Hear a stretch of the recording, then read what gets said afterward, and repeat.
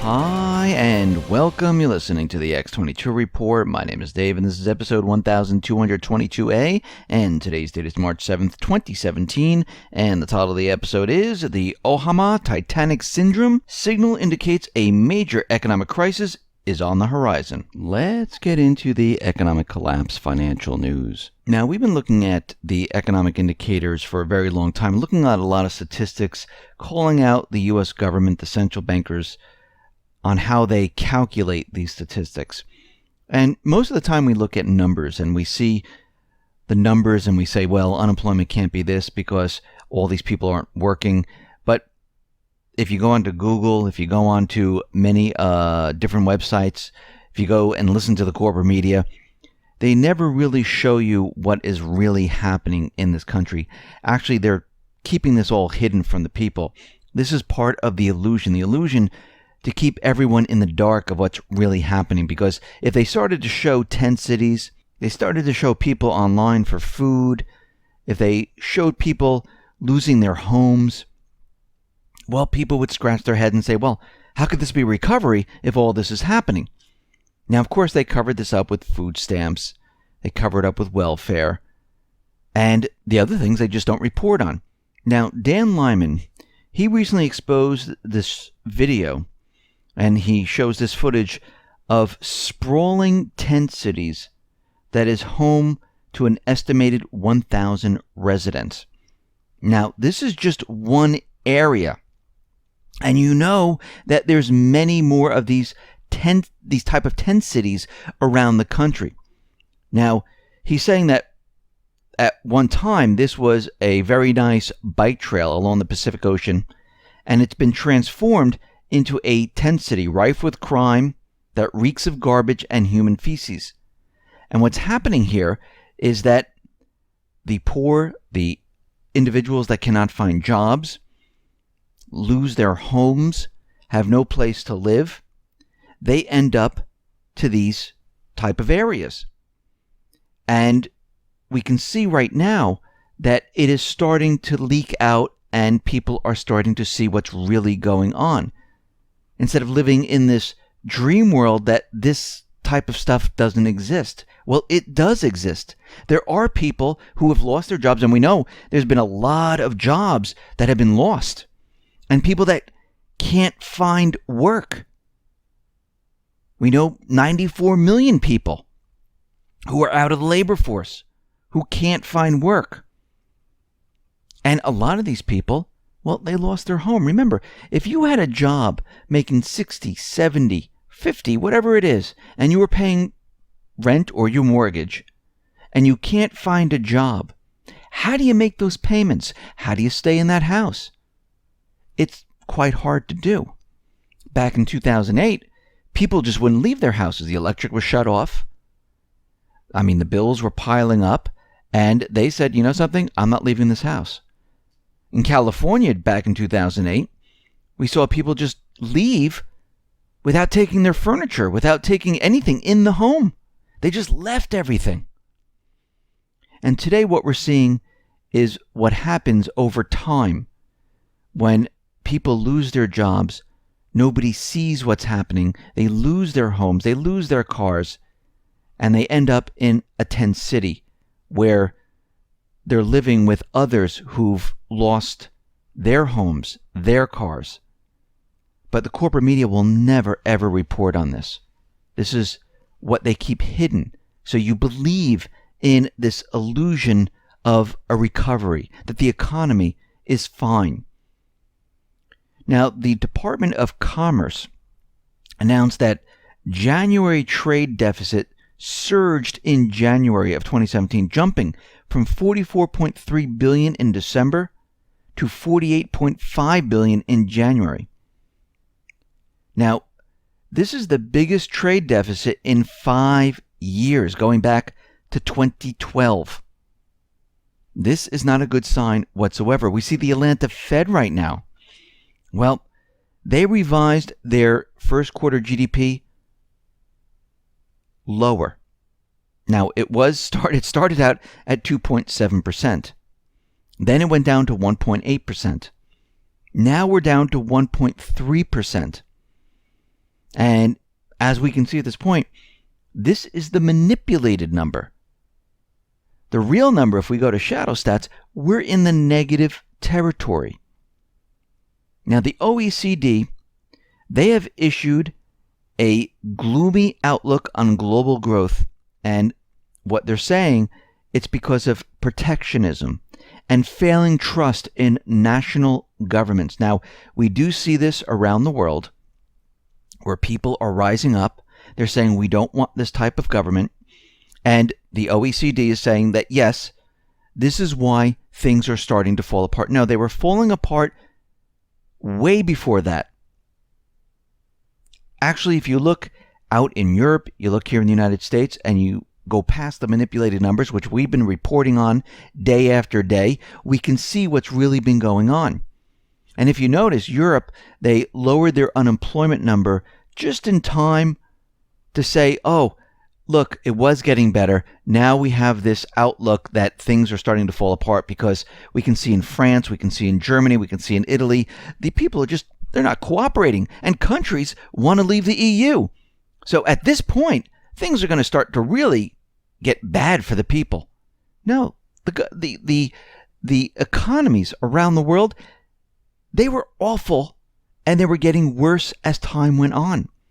Countries were buried in debt. People had no jobs. There were austerity all over the place. Now, what we need to do is we need to watch out for these catalysts that might trigger everything.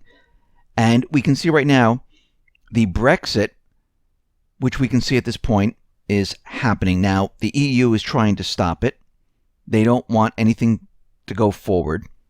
We see the Frexit, which is coming up on April 11th, 2017, a vote from the National Front. We see the Grexit in Germany on August 27th, 2017, vote alternative for Deutschland. We're seeing a Swexit from Sweden. This is September 9th, 2018. A vote for Sweden Democrats. This could happen. And what we're seeing right now, it's a perfect storm that's happening here. And we see that the EU is out there saying, listen, you cannot leave the EU. You have to pay your bill first. They're going to do whatever they possibly can to keep everyone within the EU. Now, we also know on March 15th, we have the Nexit. We know Italy wants to leave. We know Austria wants to leave. This whole thing is going to be a complete disaster.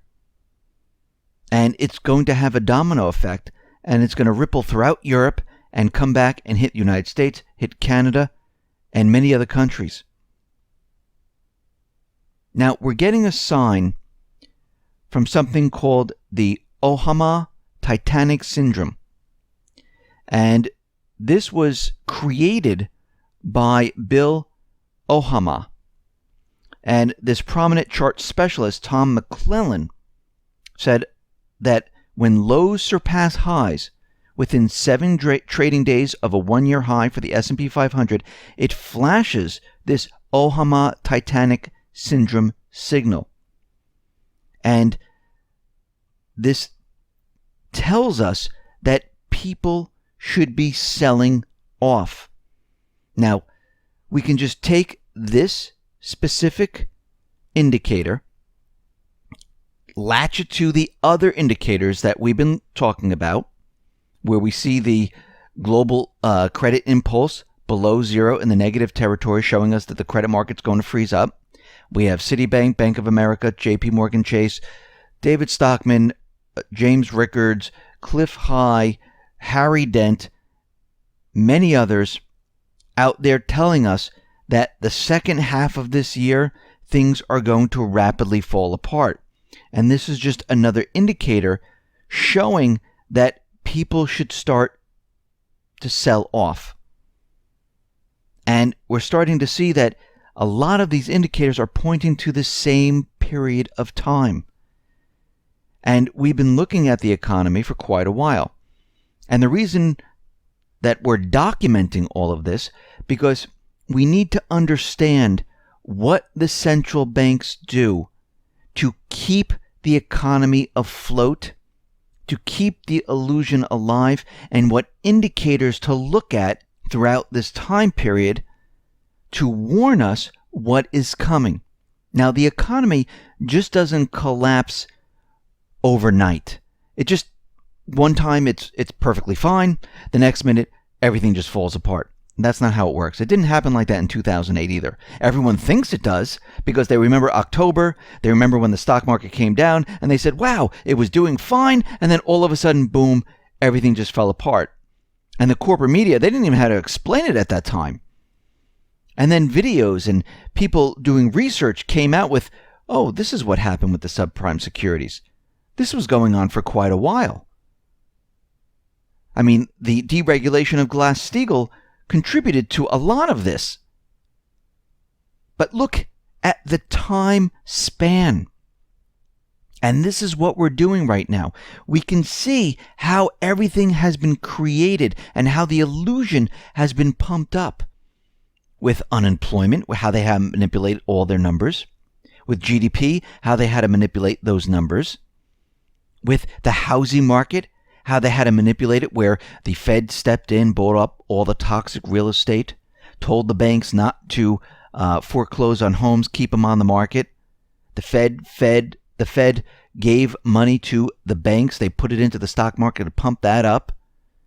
I mean, think about what they had to do to keep the illusion alive. How much currency they had to create. How they had to monetize almost everything. How they had to bring the interest rates down to zero and in many areas negative. Look what they had to do to keep this system afloat. Go back to 2008. What did they have to do to keep the illusion alive that the economy was fine? Even though there were people out there telling you the economy is going to come down. The real estate market is fake. The credit market's going to freeze up.